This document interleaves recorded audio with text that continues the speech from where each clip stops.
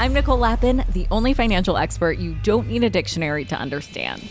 It's time for some money rehab.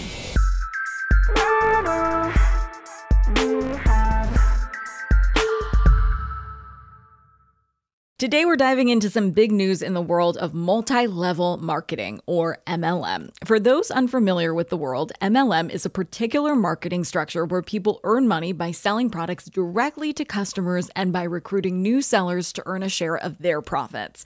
Not unlike pyramid schemes, which is why MLMs have gotten a ton of heat.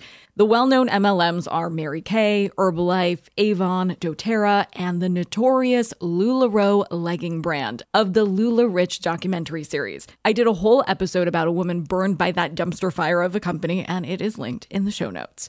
But in this episode, I'm talking about the rise of these companies and the potential signs of their decline. Because if you're involved in an MLM, I want you to know the risks involved. And don't get me wrong, there are benefits. I've talked to women who became financially empowered and independent by working for MLMs, but in order to pursue the benefits, you also need to consider the risks. So if you've ever been approached by someone calling you hun and pitching you a great opportunity to work from your phone and get really rich, this episode will provide the clarity you need.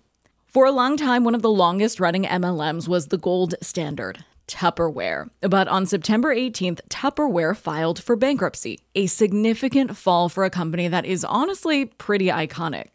When it first hit the market in 1946, Tupperware was kind of revolutionary. It was crafted from the hottest material at the time, plastic, designed specifically for the coolest home appliance at the time, the refrigerator.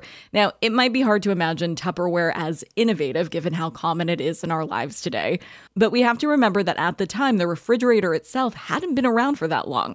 So there was some consumer education that needed to go down. So when Earl Tupper wanted to sell his wild idea of that plastic container that you could put leftovers in to keep food fresh in the fridge to families across the country, he had to figure out a way to teach consumers how to use his product and give suggestions on how to integrate it into their lives. To do this, he hired women in communities to sell his product directly to their friends, family, and neighbors. These women would host parties. Yeah, Tupperware parties, and they sold millions of dollars in plastic food containers to their customers. This scheme was innovative at the time, and it worked brilliantly. Until it didn't. Tupperware's bankruptcy is a long time coming. At the core, the company had two major problems. One was that their brand had struggled with being the victim of their own success. The term Tupperware has come to describe everything you use as a plastic resealable storage container, kind of like Kleenex. The loss of identity makes the brand less desirable. If the consumer doesn't associate the brand Tupperware with anything special, they're not going to purchase it over another brand necessarily. The Tupperware company also failed to adapt. They clung to old direct sales models, and they clung hard.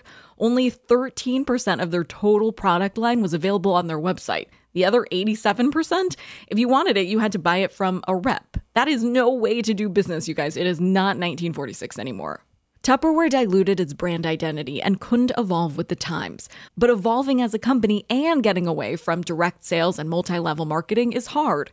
Two big MLM companies did just that this summer and left a lot of their sellers fuming. So let's take a second here and talk about how MLMs make money.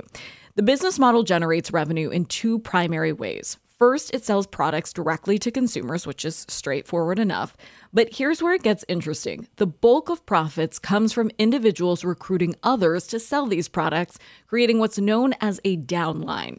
Now, while some people can rake in significant income this way, it definitely demands a lot of work, skill, and pretty much perfect timing. So just how challenging is it to make a living this way? In a comprehensive study from 2011, 39% of traditional businesses were profitable for the lifetime of the business. Of MLM participants, fewer than 1% made a profit. That was 13 years ago, but the numbers haven't improved. They've gotten so bad that companies are beginning to abandon the sales model. This summer, Roden & Fields, a skincare company, and Saint Makeup switched away from the MLM structure to affiliate marketing. Grandma and her buddies went to Tupperware parties where the hostess would have a pile of boxes that she could sell on the spot. Now, those parties have gone by the way of, well, Tupperware. Most MLM sellers now are directing people on social media to click their link to buy the product. Even when those parties are happening, the host is directing people to buy the product with their sign-up code or their link. In contrast, affiliate marketing is paying for clicks or conversion to sales. If the host or influencer gets 20 people to click and buy the product, they get paid for those 20 clicks, and that's it. This approach is great for companies because they end up being able to own most of their profit. For those at the bottom of the hierarchy, it can also offer some relief. Many MLM businesses require their sellers to hit a minimum sales target each month to stay in good standing, which can create a lot of pressure. Some people even feel compelled to buy their own products just to meet their sales goals, ultimately benefiting those higher up in the organization and hurting their own bottom line. Another issue with MLMs is that they charge sellers a monthly fee to participate. This means that sellers who struggle to move makeup might end up paying fees without making any profit, leading to a loss. In the past, sellers had to keep a certain amount of product on hand, which meant for a lot of people they were out money, but at least they had a stack of 50 lipsticks. Now folks are just out of cash with nothing to show for it. This is where affiliate marketing steps in. Affiliate marketers have very little to lose. If they get the conversions, they get the money. But if they don't lose money. But for that 1% who are making money in these systems, a switch from MLM to affiliate marketing is a huge blow to their bottom line. Remember, most of an MLM's top earner's income is from having people in their downline, not necessarily from selling products directly. So a pivot to affiliate marketing is like showing up to work one day and having your boss announce that they're cutting your hourly rate by 75%. I don't want to minimize how much this sucks for people, but it also highlights the vulnerability of everyone in the MLM system. For all the be your own boss, #bossbabe content people are posting trying to recruit others into their downline, no one except the CEO of these companies is actually the boss. If you're selling one of these companies' products and making money from the labor of those below you, you're part of the sales force of the company, not an independent business owner. And just like any job where you're a freelancer for a company, you're living within the whim of that corporation.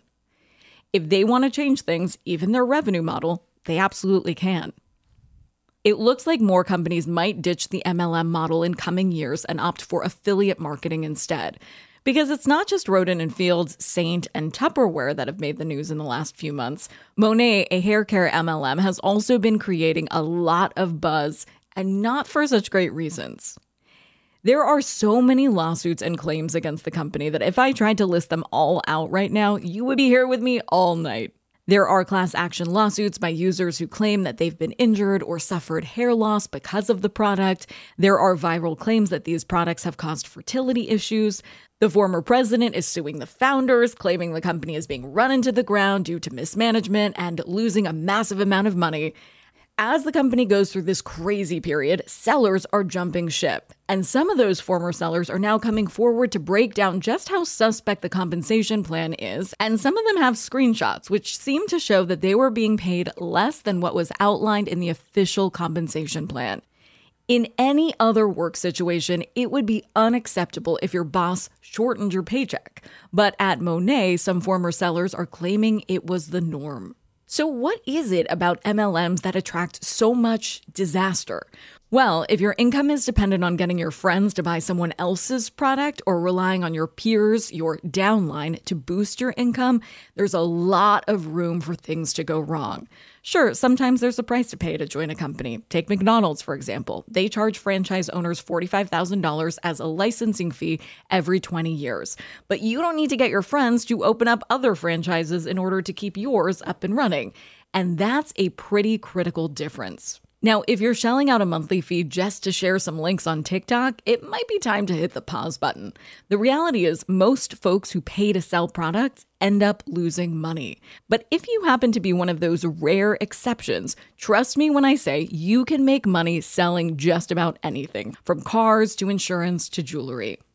If you've got sales skills, don't let these companies hold you back. Surviving in one of the toughest industries means you can thrive anywhere. For today's tip, you can dig straight to the bank. Are you stuck paying for a subscription or a membership that you don't even want? Maybe you're shelling out $12 a month for an MLM and you're not making a single dime. Or maybe you've joined a gym that won't let you cancel unless you've moved to Timbuktu. If you're having a hard time canceling that membership because the company's policies feel complicated or even predatory, Don't worry, there's a simple solution. Just reach out to your bank or your credit card company. They're familiar with the situation and can help you stop the payment. One quick call can save you time, money, and frustration. So if you've been procrastinating, consider this your nudge to take back control and unsubscribe. Money Rehab is a production of Money News Network. I'm your host, Nicole Lappin. Money Rehab's executive producer is Morgan Lavoie. Our researcher is Emily Holmes. Do you need some money rehab? And let's be honest, we all do. So email us your money questions, moneyrehab@moneynewsnetwork.com, to potentially have your questions answered on the show or even have a one-on-one intervention with me. And follow us on Instagram @moneynews and TikTok @moneynewsnetwork for exclusive video content. And lastly, thank you.